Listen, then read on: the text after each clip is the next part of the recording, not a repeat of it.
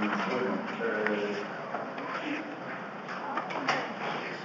discusión necesariamente breve, porque ya no queda tiempo, que hicimos a través de todos.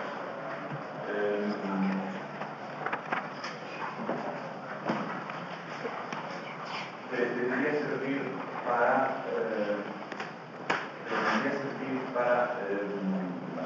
hacernos notar que esto que estábamos descubriendo básicamente desde otros autores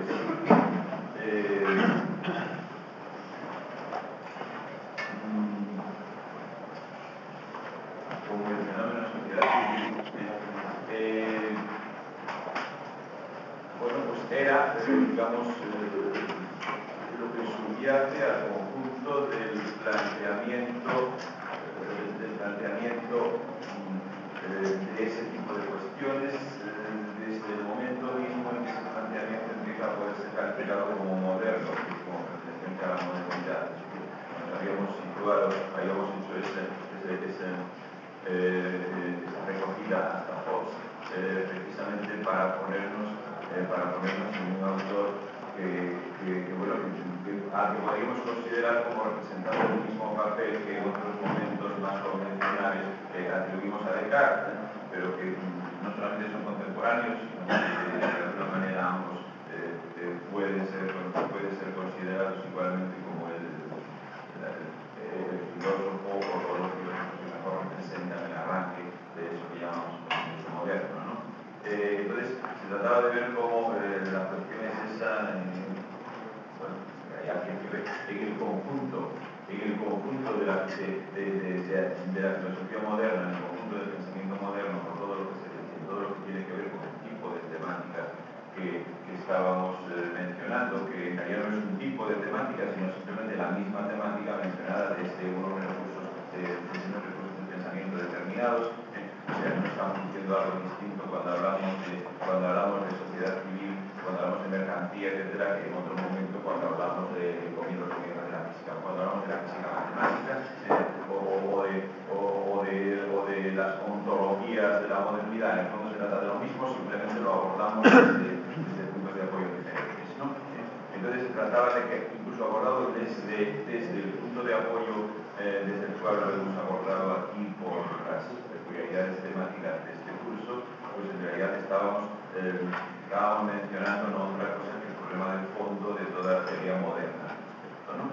Lo mismo podríamos haber hecho, pues hablando de otros autores, hemos hecho algo, bueno, una determinada estrategia expositiva que además pues podría no ser la más acertada, incluso podría ser que incluso en un momento pues por mí mismo, para mí mismo, pues otra, ¿no? Es una cuestión bastante coyuntural e incluso pues antes un poco casi casual, ¿no? Entonces, esa referencia a Hobbes nos sirvió para que está tratando de lo mismo, en el sentido de que, bueno, pues es verdad que no está lo mismo en Hobbes, es verdad que Hobbes no arranca de la mercancía, difícilmente podría ocurrirse de tal cosa, puesto que digamos, las cosas que, por ejemplo, más, incluso las poquitas que aquí hemos mencionado explícitamente, que más hacen salir de ese concepto, difícilmente podrían ser objetos a analizar en el momento en que vive y escribe Hobbes. No habla, por lo tanto, de mercancía, pero bueno, plantea la cuestión del hecho y del Estado en unos términos que tratábamos de ver que no en Hobbes mismo, porque se encuentra con unos desafíos enteramente distintos dado el momento en que vive, pero conceptualmente y en sí misma pues está abocada a ir a parar en definitiva a lo mismo, ¿no? Lo que veíamos en aquello de la paz, ¿no? En definitiva, pues lo que quiere decir es que haya garantías, que haya determinadas garantías, que pueda haber en general garantías, sin prejuzgar en principio sobre de qué, ¿no?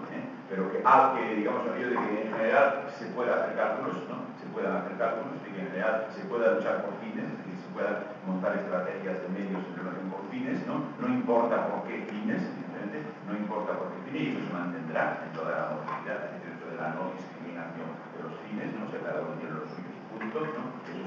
Eso ni siquiera se desarrollará, sino que se mantendrá tal cual, ¿no? Después de ese punto, pero bien, en cualquier caso, sean cuáles sean los fines, y admitiendo que casi respetando que cada uno tiene los suyos y que en principio todos son igualmente respetables, sean cuáles sean los fines, en todo caso, el hecho mismo de perseguir fines implica montar estrategias de medios para esos fines, y eso implica hacer cálculos, ¿no? Cálculos que serán diferentes en cada caso, evidentemente, incluso se mantiene, se respeta el derecho de cada uno a equivocarse también en los cálculos, ¿no? Bajo su responsabilidad, claro está. Entonces, bueno, pues sí, los fines son los que se quieran, los medios, cada uno es responsable del cálculo que hace de ellos, ¿no? Pero, de todos modos, en general, en el hecho mismo de hacer cálculos, está el que pueda haber bases de datos, ¿no? O sea, está el que se pueda contar con algo, ¿no? Está el que se pueda contar con algo. Por lo tanto, pues está el que pueda en general haber en algún momento alguna garantía de algo, ¿no? Y esto, de eso tan general, efectivamente, arrancaba el concepto paz, ¿no? Arrancaba el concepto paz, lo otro, o sea, ahora digamos, exclusión de la imprevisibilidad absoluta, ¿no? Exclusión de la imprevisibilidad absoluta, arrancaba el concepto paz, ¿no? Y bueno, pues eso es solo el concepto formal de garantía, no es ninguna determinada garantía de nada, ¿cierto? Es solo el concepto formal de garantía y no es ninguna determinada garantía de nada. Y de momento, pues así está. Hobbes mismo así está, es decir, no hay una lista de qué cosas tienen que ser garantizadas. Ciertamente, no hay una lista de qué cosas tienen que ser garantizadas. Lo único que pasa es que eso nos coge unos cuantos siglos después, casi 4 siglos después, ¿no? Y por el medio ha llovido mucho. Es decir, por el medio no solo ha llovido mucho prácticamente, sino también conceptualmente, ¿no? Y por el medio ha habido una serie de desarrollos que en parte ya hemos presentado anteriormente, antes de hablar de Hobbes, porque digamos hemos ido hacia atrás para mencionar a Hobbes, ¿no? Hay una serie de desarrollos que demuestran eso que hemos formulado diciendo que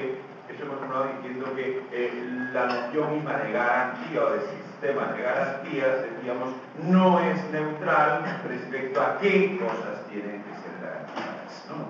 Que hay unas componentes, digamos, formales del sistema de garantías que son inherentes a que haya en general un sistema de garantías, digamos, ¿no? Independientemente de que sean los contenidos concretos que a cada uno le interese que se garanticen, ¿no? O sea, repito, la noción misma de un sistema de garantías, sin refutar en la noción sobre qué ha de ser garantizado y qué no, la noción misma de un sistema de garantías, veíamos ya tiempo atrás, hace un montón de semanas, la noción misma de un sistema de garantías, incluso sin refutar en la definición nominal de la noción qué cosas han de ser garantizadas, la noción misma de un sistema de garantías no es neutra en cuanto a qué cosas han de ser garantizadas. La noción misma de un sistema de garantías no está meramente esperando unos contenidos de qué cosas han de ser garantizadas, sino que tiene unas exigencias formales, entendiendo aquí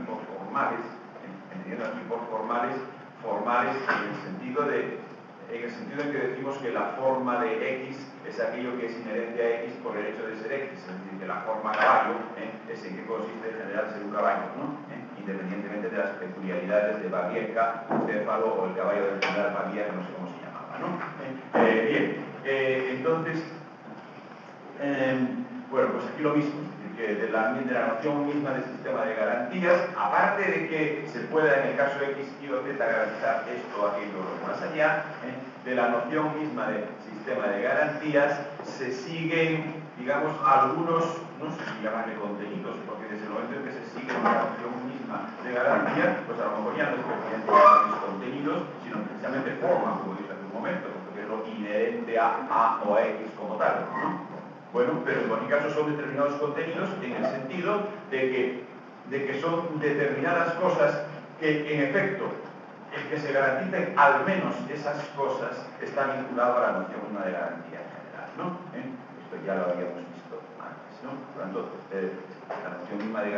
no es neutra respecto a qué cosas han de ser garantizadas, sino que tiene ya en ese terreno determinadas exigencias. Exigencias que estaríamos desarrollando antes, ¿no? Antes de hablar de todas estas cosas, ¿no? Que hemos desarrollado en el sentido aquel de cuando habíamos puesto el concepto general de derecho, ¿no? Puesto que habíamos precisamente, decíamos, derecho implicaba garantía, ¿no? Puesto que tienes un derecho a algo, quiere decir algo más que simplemente puedes hacerlo, quiere decir que puedes contar de antemano con ello, etc. Bueno, entonces en ese momento decíamos, bueno, pues decíamos garantía implica universalidad, porque si está garantizado quiere decir que está de antemano regulado para todos los casos posibles, si no, no hay garantía. Aquello que decíamos de nada puede estar garantizado, si las decisiones recaen directamente sobre cada caso singular. Entonces ahí reina la imprevisibilidad absoluta, si las decisiones recaen directamente sobre cada caso singular. Entonces, garantía implica reglas universales. Para que sean, digamos, anteriores al caso singular, anteriores y subsuman el caso singular, garantía implica reglas universales.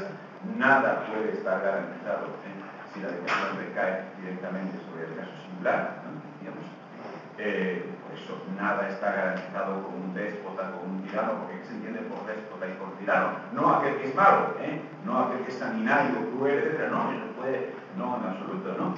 ¿De acuerdo? Por déspota y por tirano se entiende aquel que puede decidir directamente sobre el caso singular. Así de claro, ¿no? Aquel que no está obligado por compromisos de carácter universal, ¿no? Eso quiere decir déspota y tirano. Bien, entonces, pues, bien, decíamos, nada puede estar garantizado si las decisiones recaen directamente sobre el caso singular, garantía implica universalidad, y entonces ya sí que tenemos que el hecho mismo de que haya en general garantías implica determinadas garantías, ¿no? Implica determinadas garantías, puesto que en su momento habíamos visto cómo precisamente de la exigencia de que tenga que funcionarse por reglas, de la exigencia de que el Estado, el poder, tenga que constituirse mediante reglas universales, ¿no? Precisamente de esa exigencia se siguen ya una serie de por así decir, preceptos concretos, ¿no? Hemos hablado de algunas cosas, ¿no? En su momento. O sea, de la misma exigencia. O sea, en otras palabras, de una manera general, y como lo habíamos dicho de entrada en su día, luego lo habíamos desarrollado un poco más, la noción de garantía no es neutral respecto a qué es lo que ha de ser garantizado, puesto que garantía implica universalidad y por lo tanto, ¿qué ha de ser garantizado? Pues obviamente aquello que pueda garantizarse de manera universal, es decir, aquello que pueda, porque eso de garantizar de manera universal es importante en la tautología, ¿no? Si es garantía ha de ser de manera universal. Por lo tanto, ¿qué ha de garantizarse? Pues evidentemente aquello que pueda garantizarse de manera universal, es decir, aquello tal que el hecho de que yo pueda hacerlo no sea incompatible con que cualquier otro bajo las mismas condiciones, bla, bla, bla, y todo eso que ya pusimos en su momento, ¿no? O sea, empezando por evidentemente la garantía básica en la que ya están incluidas ya todas las demás, por pura lógica se puede hacer ese desarrollo, ¿no? La garantía básica de que efectivamente las reglas que se te aplican a ti son reglas universales. Las reglas que te aplican a ti son reglas universales. Es decir, que las leyes que tú estás obligado a cumplir son tales que esa obligación que tú tienes de cumplirlas tiene la contrapartida de que te está garantizado que todos los demás tienen también que cumplirlas, ¿no? Eso es inseparable de la noción de garantía y eso implica ya muchas cosas, ¿no? Por lo tanto, incluso algunas que he desarrollado en su momento, ¿no? Eso implica ya muchas cosas. Por lo tanto, desde la propia noción de garantía se sigue un cierto sistema de qué es y qué no es, o qué es y qué puede no ser lo que se garantía, ¿no? Bien, entonces, bueno, es verdad, esto no es, o sea, ese desarrollo que he apuntado ahora que se puede y se debe hacer y que de hecho se ha hecho a lo largo de la historia, ese desarrollo no lo hicimos, no lo hicimos. Lo único que sí que hay allí es la noción de paz, que no podemos entender de otro modo que como noción de garantías, ¿no? Como noción de calculabilidad, formulación de poder contar con algo, ¿no?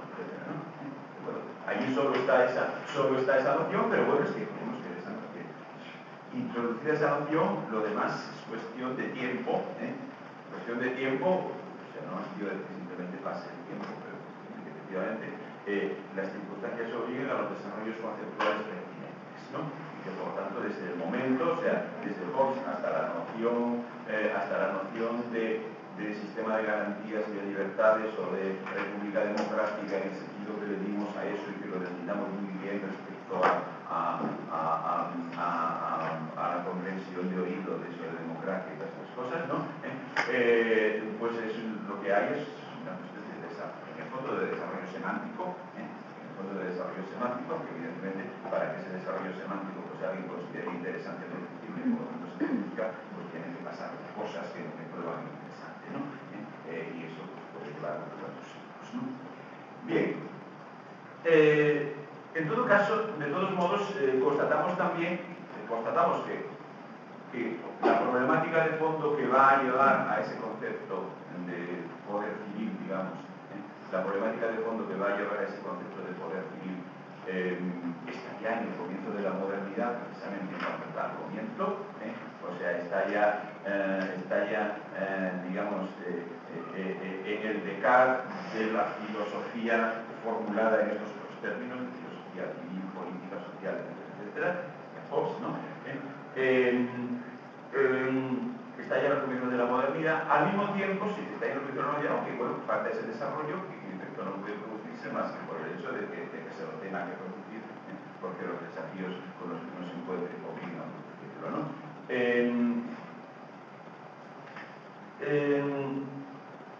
Al mismo tiempo, sin embargo, y eso se habrá notado, pues constatamos también que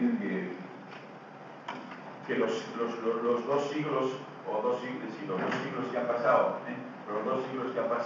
entre Hobbes y Marx, pues digamos no han pasado en vano, no solamente por lo que se refiere a estos desarrollos que he dicho, que bueno, en Hobbes está lo que ha de ser desarrollado, pero no está en desarrollo, no solamente por lo que se refiere a estos desarrollos que he dicho,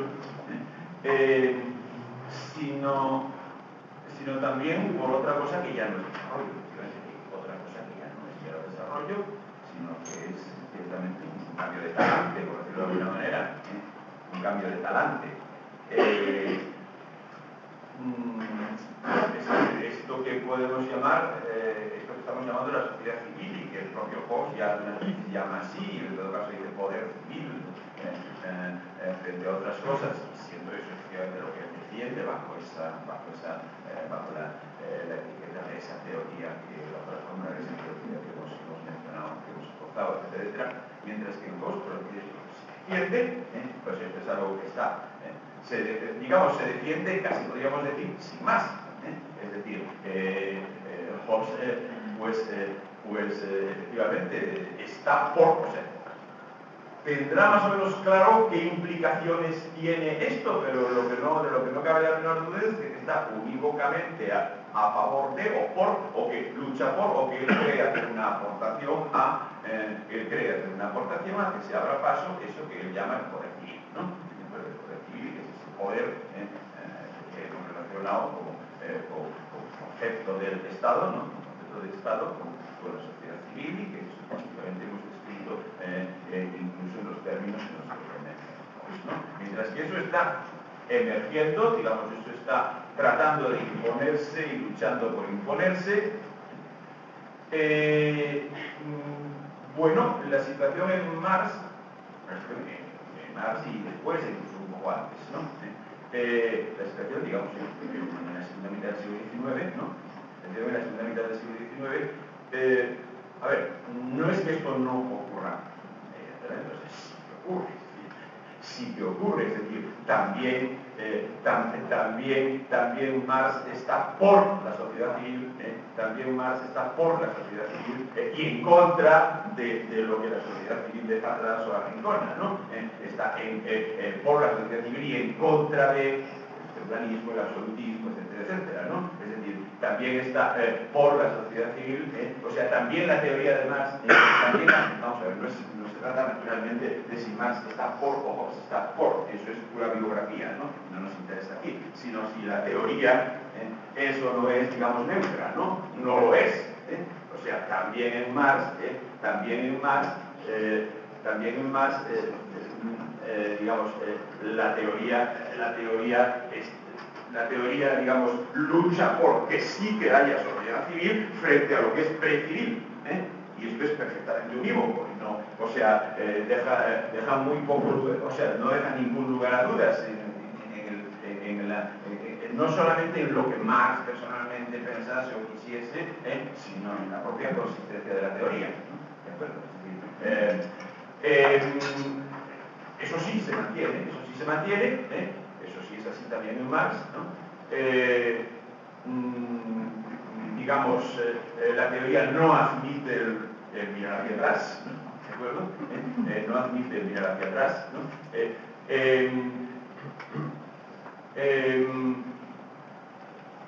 Bueno, lo que pasa es que no se puede decir ya en Marx y en general en la segunda mitad del siglo XIX después, ¿no? que ese reconocimiento, ese desarrollo del fenómeno de sociedad civil,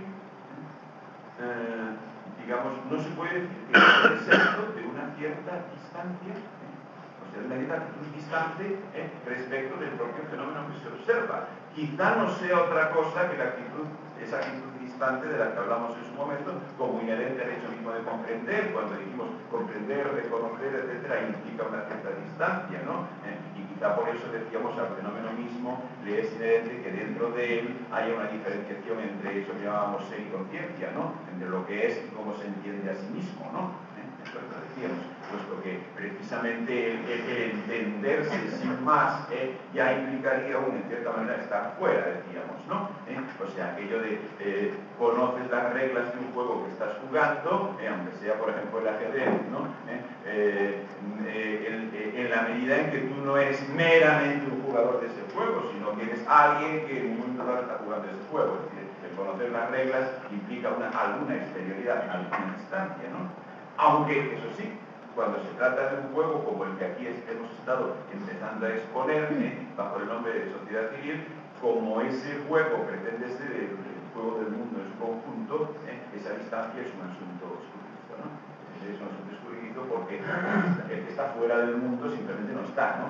Por lo tanto, tampoco puede ser exactamente estar fuera, ¿no? Tampoco puede ser exactamente estar fuera, ¿no? Pero en todo caso, tenemos ese problema, ¿no? Bueno, pues ese problema que quizá no es, tiene que haberlo desde el momento en que hay un comprender, pero digamos no es explícito en el siglo XVII, no es explícito por parte de los teóricos de la sociedad civil en el siglo XVII, no es teórico por parte o sea, no es explícito, perdón, por parte de los expertos de la sociedad, por parte de los intérpretes y de los defensores y de los propugnadores de la sociedad civil en el siglo XVII, o sea, esa distancia, llamémosle si queréis, explícita entre comillas, pero sin que eso implique en el momento ninguna otra cosa que la distancia, ¿no? Nada más. Ya hemos dicho además que lo que no es cuestión es de que haya una propuesta alternativa, sino simplemente de distancia, ¿no? Bueno, aún así esa distancia seguramente tienen que haberla, puesto que si no, no habría conocimiento, no habría comprensión, digamos, no es explícita por parte de los teóricos de la sociedad civil del siglo XVII, quizá precisamente por el hecho de que en aquel momento la sociedad civil, digamos, todavía no ha ganado la batalla, ¿no? ¿De acuerdo? Todavía es algo que lucha por imponerse y que podría no haber llegado a imponerse, ¿no? Podría no haber llegado a imponerse. Quizá por eso, pues la distancia crítica por parte de los teóricos de eso mismo difícilmente podría ser explícita, puesto que al mismo tiempo que teóricos son también defensores, ¿no? Defensores activos, ¿no? ¿De acuerdo? Bueno, ya he dicho que en la segunda mitad del siglo XIX la situación es un poco más, en ese aspecto es más ambigua, ¿no? Es decir, que también son defensores en el sentido de que la teoría no permite una vuelta atrás, no permite propugnar una vuelta atrás, ¿no? Por lo tanto también son defensores, ¿no? También defienden también están obligados a defender, por ejemplo, pues, que desaparezca la esclavitud, ¿no? Que desaparezcan todos los otros elementos feudales, etcétera, pues, sí que defienden activa y beligerantemente la total implantación de la sociedad civil, ¿no? Pues, la total implantación de la sociedad civil con todas las consecuencias, ¿no? Con todas las consecuencias, ¿no? Eso se sigue también de la propia teoría además, ¿no? Lo único que pasa es que la instancia que hay implicada en ese comprender, en ese conocer, pues de alguna manera es más explícita. ¿Por qué? Pues porque sí, ahora se puede decir que la sociedad civil es en cierta manera lo que hay, no en el sentido, es en cierta manera lo que hay, no en el sentido de que haya desarrollado todas sus consecuencias y de que esté definitiva y plenamente implantada, no. O sea, en ese sentido ya sabemos que eso no ocurre nunca. Nada está definitivamente implantado salvo cuando ya no está, ¿no? Es aquello de que solo has alcanzado tu plena madurez, pero cuando hablo de una persona individual, ¿no? Es una comparación, es una metáfora, es un símil nada más. O sea, solo has alcanzado tu plena madurez, solamente estás en situación, solamente estarías en situación de poder decir, hombre, aquello que me pasó antes, pues si me pasase hoy lo haría bien, en cuanto entonces lo hice mal, solamente me ha dado tu plena madurez, no podrías decir esto, ¿cuándo? Pues cuando ya te has muerto, ¿no? O sea, cuando ya no estás, ¿no? No es que digamos, haya alcanzado todas sus consecuencias y haya ganado su plena madurez, pero bueno, en cualquier caso ya es básicamente y fundamentalmente lo que hay, aunque falten muchas cosas por desarrollar, y además lo hemos visto aquí e incluso en clase, como en efecto, incluso dentro de lo poquito que hemos expuesto de ese desarrollo de la estructura sociedad civil, pues ya hemos tropezado con algunas cosas que sí se siguen de la estructura y que sin embargo Marx solamente las podía deducir estructuralmente, pero no todavía describirlas empíricamente, porque todavía no ocurrían, solamente en un pequeño trayecto que hemos recorrido hemos buscado algún detalle de este tipo. Por lo tanto, no es que se haya desarrollado del todo, pero en cualquier caso ya es fundamentalmente lo que hay, ¿no? Ya es fundamentalmente lo que hay y por lo tanto, pues ya empieza a tener problemas consigo misma. Es decir, ya empieza a tener problemas consigo misma, ya no es solamente el problema de poder emerger o poder imponerse frente a lo pre-civil, frente a lo feudal, frente a etcétera, sino que ya empieza a tener problemas consigo misma, ¿no? Y entonces, ese talante afirmativo, sin embargo, ese talante afirmativo de sí, efectivamente, de la sociedad civil y no lo anterior, al mismo tiempo tiene bueno, pues, ciertos matices, o sea, por lo mismo, por lo que el desarrollo es efectivamente un desarrollo y no simplemente los rudimentos como Hobbes, ¿no? O sea, no solamente se plantea en instituciones, sino que hay efectivamente un desarrollo, ¿no? Pues eso mismo de alguna manera es síntoma de que eso mismo que se desarrolla, pues sí, está más cerca de su plenitud y por lo tanto también más cerca de su ocaso, bien entendido que en estas cuestiones, como acabo de decir hace un momento, como el ejemplo ese de cuando ya te has muerto, no se llega en algún momento a la plenitud y luego empieza el ocaso, ¿no? Sino que el ocaso avanza en la misma medida que avanza la plenitud, ¿no?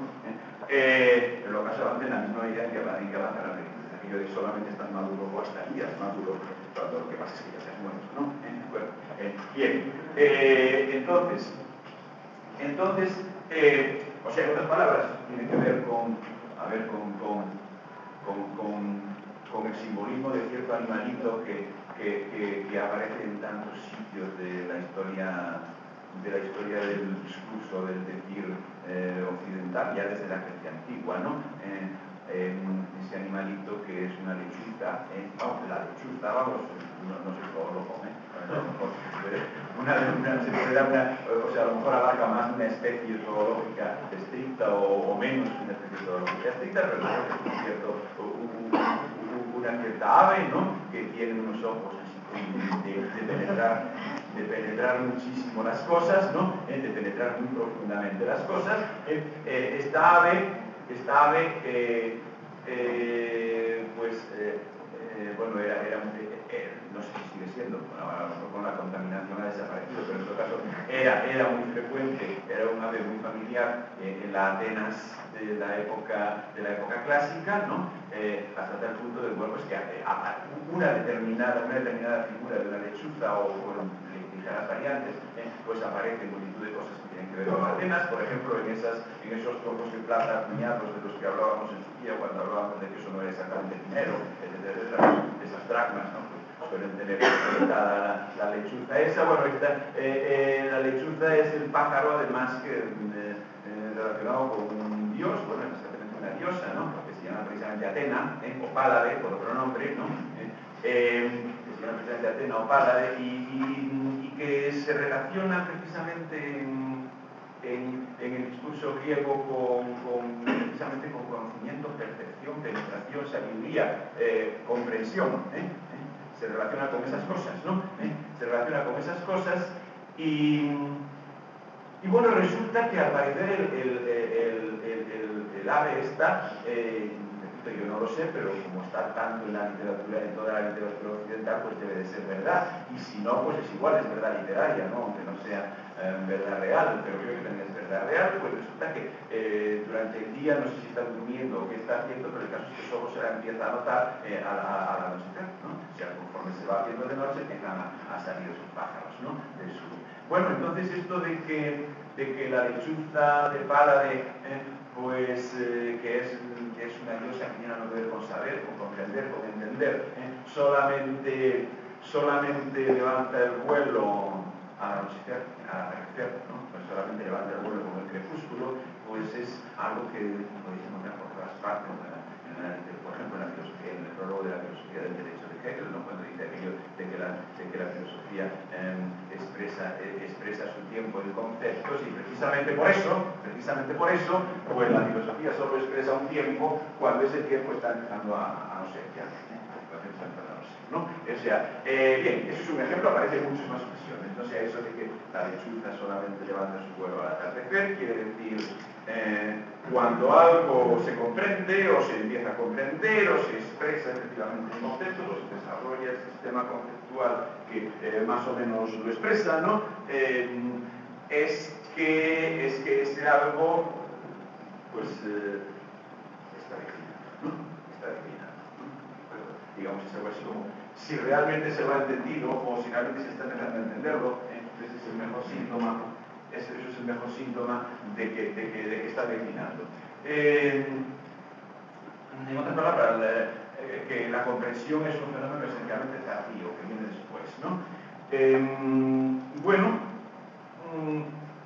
esto supongo que lo habréis relacionado, ya conscientemente o no, pero seguro que en el fondo sí, pues con estas cosas que hemos estado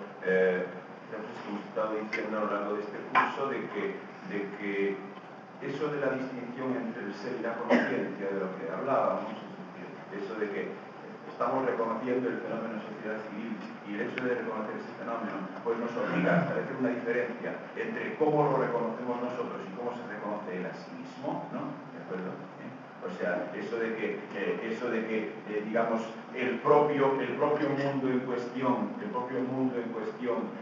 tiene una representación de sí mismo, tiene una conciencia, por lo tanto, que de alguna manera es obligatorio que no coincida con el análisis que nosotros hacemos, ¿no? Esto, de algún modo, eso creo que no coincide con el análisis que nosotros hacemos. Esto no es sino una manera de expresar, evidentemente es una manera de expresar, eso que he dicho ahora, de que el reconocimiento implica distancia. Implica que el hecho de que lo estemos analizando implica, y si no, implica que no nos identificamos pura y simplemente con ellos, ¿no?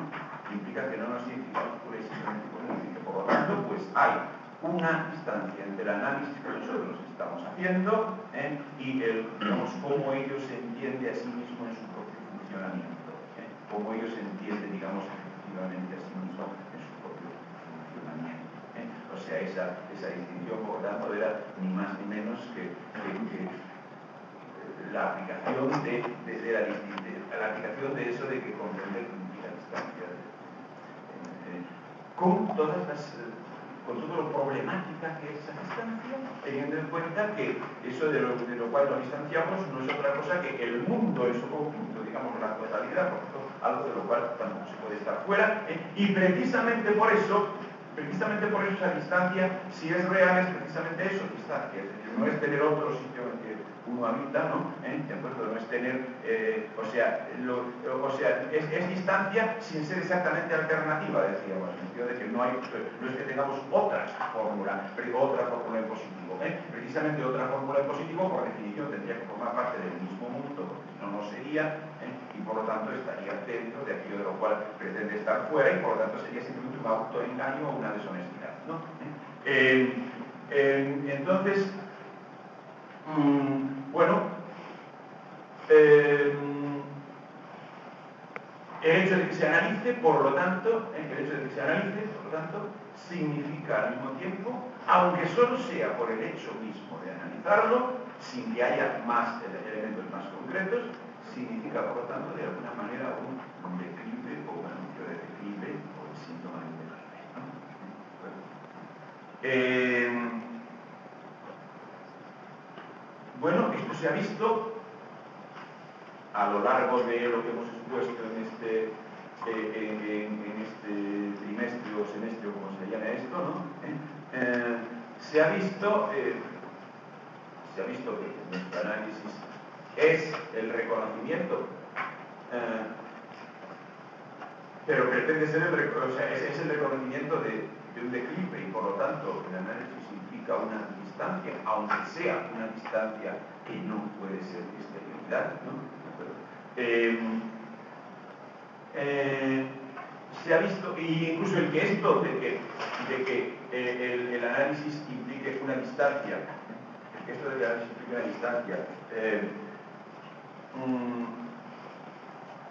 es lo que hay detrás de la distinción entre ser y conciencia, es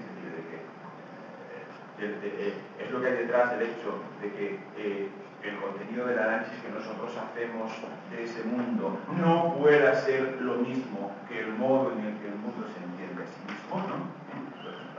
Una cosa es el ser que nosotros atribuimos a ese mundo, y otra cosa es cómo se entiende ese mundo, lo cual nos plantea el problema, bueno, y ese nosotros quién es, ya lo sé, ¿de acuerdo? Ya lo he dicho, eso es justamente lo que jamás sabremos, quién es ese nosotros, ¿no? ¿De acuerdo? Porque si lo supiésemos, entonces ya eso pasaría a ser una parte dentro de ese mundo, ¿no? Pasaría a ser algo determinado, y por lo tanto pues ya no tendría esa exterioridad o esa especie de flotar en el aire, esa especie de desarraigo, ¿no? De distancia que tiene, ¿no? ¿De acuerdo? Bueno, el hecho de que el ser que nosotros le atribuimos, en ese análisis que nosotros reconocemos, no pueda ser el ser que ello mismo se atribuye a sí mismo, por lo tanto que haya una conciencia de ello que es distinto del ser que estamos hablando de ello. Bueno, al menos expresión de ese fenómeno que he dicho, ese fenómeno que he dicho de la distancia, de que si nosotros estamos analizando eso, es que nosotros aún evidentemente perteneciendo a eso, porque si no estaríamos, ¿no? Al mismo tiempo estamos en un cierto no pertenecemos, por tanto nuestra comprensión tiene que distinguirse de la comprensión que ellos tienen. Nuestra comprensión es lo que llamamos el ser de eso, y la comprensión que ellos mismos tienen es lo que llamamos su conciencia, ¿no? Y esta distinción ha estado todo a lo largo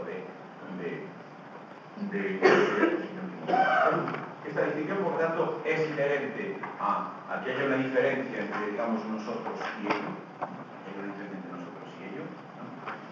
Ellos se entienden así de una manera diferente que nosotros, como lo entendemos nosotros es el ser que atribuimos, cómo se entiende su conciencia, es la conciencia que también nosotros le atribuimos, vamos a ser. Bueno, entonces, el que esa distinción, ser conciencia, sea expresión de esa especie de distancia, de esa especie, por lo tanto, de anuncio de declive, ¿no? Anuncio de declive que hay en el hecho de que se lo analice. Esa especie de anuncio de declive que hay en el hecho de que la lechuza de pala levante el vuelo, ¿no? Porque solamente levanta el vuelo al atardecer, decíamos, ¿no?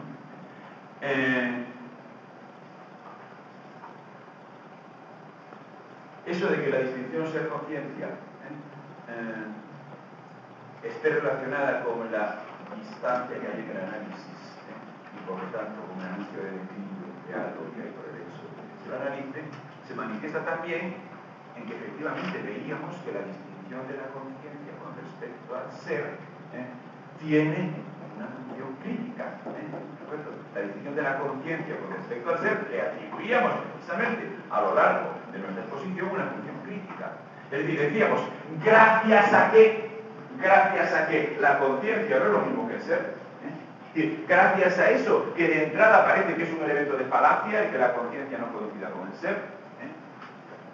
Digo, de entrada parece porque al mismo tiempo, vamos a admitir que no lo es del todo. Es decir, gracias a eso, es decir, gracias a que la conciencia no coincide con el ser, gracias a que el propio mundo en cuestión, proyecta una conciencia que no coincide con su ser, gracias a eso es posible una acción crítica frente a ese mundo, ¿no? Es posible una acción crítica frente a ese mundo. Porque si no fuese así, si ese mundo no generase una conciencia que no coincide con su ser, entonces, ¿de dónde demonios tomaríamos algo así como los patrones, llamadle éticos o como queráis, para, de alguna manera, enunciar, criticar, condenar o llamar inicuo a ese mundo? Si el propio mundo en cuestión no generase una conciencia que no coincide con su ser, entonces, ¿de dónde podría alguien tomar los patrones de medida? ¿De dónde podría alguien tomar los patrones de medida para, digamos, someter a juicio a ese mundo, ¿no? ¿Qué valor podrían tener unos presuntos patrones de medida presuntamente traídos de fuera? Primero, por el mismo hecho de ser presuntamente traídos de fuera, ¿dónde sacaría su valor? ¿No? Es decir, ese mundo podría decir, bueno, pero ¿con qué derecho? O sea, ¿desde dónde me juzga? ¿Usted? ¿Desde Dios o desde qué? ¿No? ¿De acuerdo? ¿Qué validez tiene? ¿Qué validez tiene? O sea, ¿por qué ha de serme aplicado a mí? Podría decir ese mundo. ¿Por qué ha de serme aplicado a mí? Un patrón de medida que viene de dónde? Usted tiene contacto directo con Dios o ese valor que es bueno o que es malo, independientemente del mundo en el que vive, ¿no? ¿De acuerdo? Ese mundo podría decir, o sea, un presunto patrón de medida presuntamente venido de fuera, ¿de dónde sacaría su presunta legitimidad? ¿No? ¿De dónde sacaría su presunta legitimidad para juzgar esto? ¿No? ¿De acuerdo? Para juzgar este mundo, ¿no? Aparte de que eso era simplemente un primer argumento, pero hay un segundo, evidentemente. O sea, ¿cómo puede algún patrón de medida venir de fuera? ¿Cómo puede algún patrón de medida venir de fuera si de lo que estamos hablando es del mundo en su conjunto? ¿Qué demonios hay fuera del mundo en su conjunto? ¿No? ¿Qué demonios hay fuera del mundo en su conjunto? ¿Cómo podría algún patrón de medida venir de fuera? ¿No? ¿De acuerdo? Sería en realidad un autoengaño, que no estaría viniendo de fuera, ya que de algo que estaría a su vez dentro del mundo, y por lo tanto sería algo así como una parte enjuiciando al todo, ¿no? Lo cual, pues efectivamente, cada uno hace con respecto a los demás, pero es arbitrario, ¿no? ¿De acuerdo? Es simplemente su autoafirmación particular, ¿no? Bien, entonces, así no puede ser, es decir, no puede ser con ningún presunto patrón de medida presuntamente traído de fuera. Luego, un enjuiciar esa situación, un enjuiciar ese sistema, en términos solo es posible por el hecho precisamente de que el propio sistema genera una conciencia distinta de su propio ser. Bueno, eso. O sea, lo que estaba viendo hace un momento. Solamente porque el propio mundo del que hablamos, solamente porque encontramos que el propio mundo del que hablamos, por su misma estructura, por su mismo funcionamiento, y eso es lo que hemos encontrado a lo largo del curso, genera una conciencia que al mismo tiempo genera una conciencia que por de pronto es distinta, de su propio ser, y eso lo está diciendo machaconamente, ¿no? O sea, que una cosa es cómo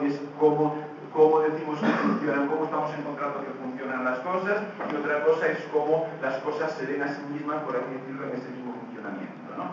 Bueno, solamente porque hay eso, solamente porque hay eso, es decir, porque ese funcionamiento, a ese funcionamiento le es inherente una conciencia que es distinta del funcionamiento mismo, que es distinta de su ser, solamente por esa distinción que hemos estado estableciendo continuamente a lo largo del curso, entre lo que es y cómo eso que es tiene que aparecer para sí mismo, ¿no? O sea, solamente porque hay esa diferencia, solamente porque hay esa diferencia entre conciencia y ser del propio mundo en cuestión, solamente porque hay esa diferencia, queda en pie la posibilidad de que esa misma conciencia pueda, de alguna manera, erigirse o ser erigida por nosotros en juez de ese mundo. ¿De acuerdo? En juez de ese mundo. En ese caso, efectivamente, ese mundo ya no puede decir qué valor tiene ese patrón de medida aplicado a mí, porque ese patrón de medida es el suyo propio, ¿no? ¿De acuerdo? Ese patrón de medida es el suyo propio. Es el que ese mismo mundo proyecta. Es el que ese mismo mundo proyecta.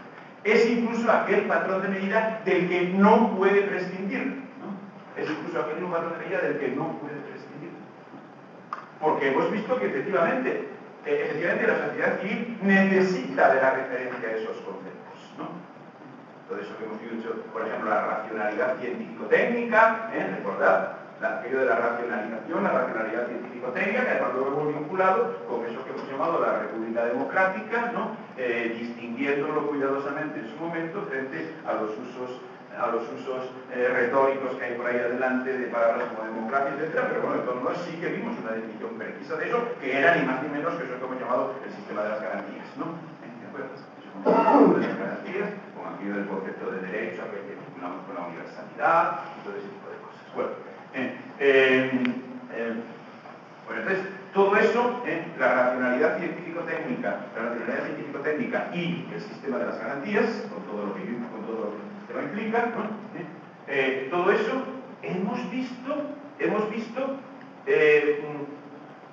que es una referencia a la cual el propio funcionamiento de la mercancía, es decir, de la sociedad civil, no puede renunciar, ¿no? Puesto que hemos visto que es, por así decir, necesariamente cómo se ve a sí mismo ese funcionamiento. Es necesariamente cómo se ve a sí mismo ese funcionamiento. Eso es lo que hemos sabido por el punto del curso. Hemos visto qué es eso de la mercancía, cómo eso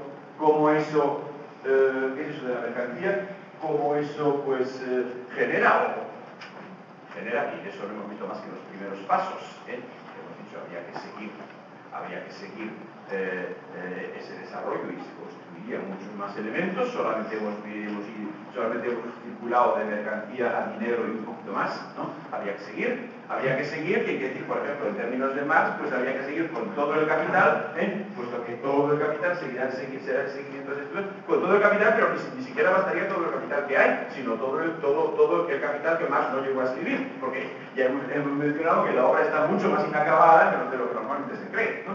¿De acuerdo? Mucho más inacabada de lo que normalmente se cree. Pero bueno, habría que seguir todo esto, y aquí ni siquiera hemos analizado lo que está efectivamente escrito, sino que hemos analizado pues, aproximadamente el primer capítulo. Pues aproximadamente el primer capítulo. Incluso ya en el primer capítulo hay esa distinción entre cómo es y cómo aparece para sí mismo, ¿no? ¿De acuerdo? Esa distinción que conlleva aquí entre ser y conciencia, ¿no? ¿De acuerdo? Bueno, entonces,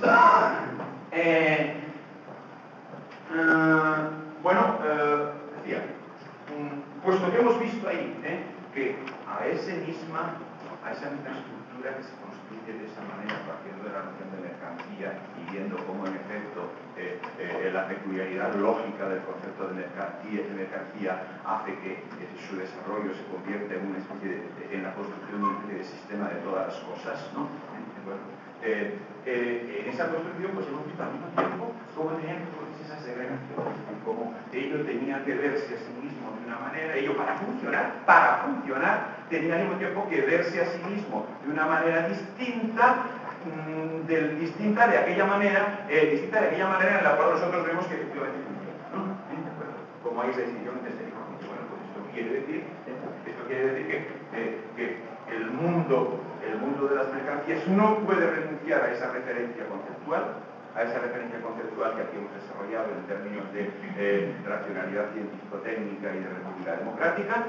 No puede, para funcionar, no puede renunciar a la reclamación de la racionalidad científico-técnica, no puede renunciar a la reclamación del sistema de las garantías, no puede renunciar a esas referencias conceptuales, y que sin embargo, como esa conciencia es en principio ya de entrada una cosa distinta de su ser, podría llegar a ocurrir que se enfermase.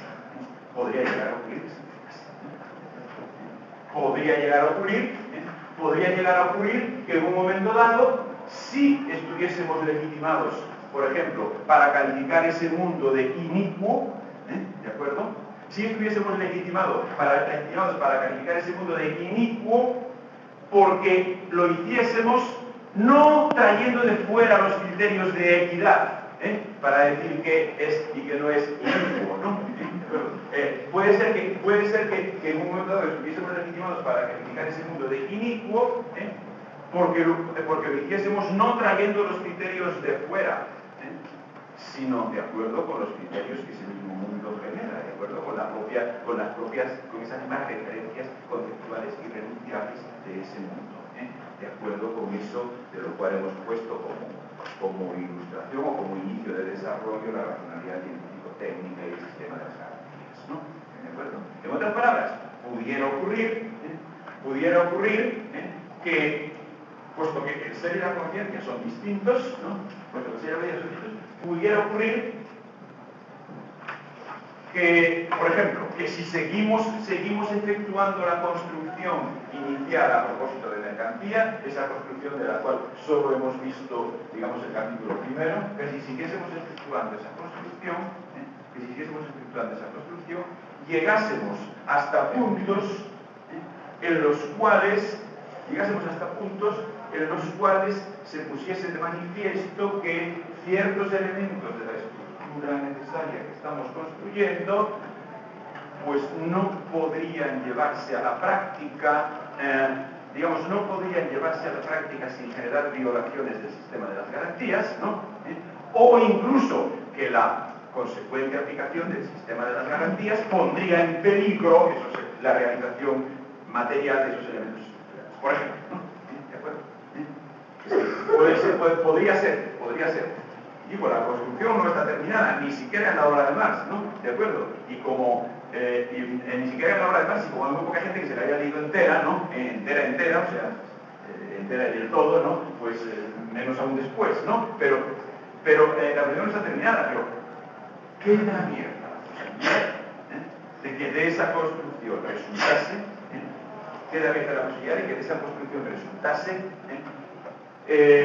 resultase que en efecto hay elementos de la estructura cuya realización física, cuya realización material no podría dejar de hacer peligrar el sistema de las garantías, o dicho en el sentido inverso, que a lo mejor es preferible, que el desarrollo de la estructura comporta elementos tales que una aplicación consecuente del sistema de las garantías, no podría dejar de poner en peligro la realización material de la estructura en cuestión, ¿no? Y por lo tanto, se considera que hay una colisión entre lo uno y lo otro. Incluso más aún, no es solo que la continuación del proceso de análisis de la estructura y de construcción de las consecuencias del punto de mercancía podría llevar a esta conclusión de que ciertos elementos no podrían realizarse físicamente, ciertos elementos necesarios de la estructura no podrían realizarse físicamente sin poner en peligro el sistema de las garantías, o viceversa, que el sistema de las garantías no podría aplicarse consecuentemente sin poner en peligro la reacción material de la estructura. No solamente es que podría ocurrir esto en el análisis, sino que simplemente es que podría ocurrir en la realidad, ¿entendido? Esté o no esté analizado teóricamente, está claro. Podría ocurrir que, aunque no lo hayamos analizado, eso sea lo que hay, y por lo tanto, pues, si es lo que hay, acabará produciéndose el choque, evidentemente. Independientemente de que haya habido un Marx o otro que lo analice, ¿no? ¿de acuerdo? Si hay eso, acabará funcionando el shock, y eso puede, en principio, haberlo, puede, en principio, haberlo, puesto que el ser y la conciencia son distintos, ¿no? ¿De acuerdo? Puede, en principio, haberlo, puesto que el ser y la conciencia son distintos. Bueno, hacemos la pausa y continuaremos eso después de la mesa.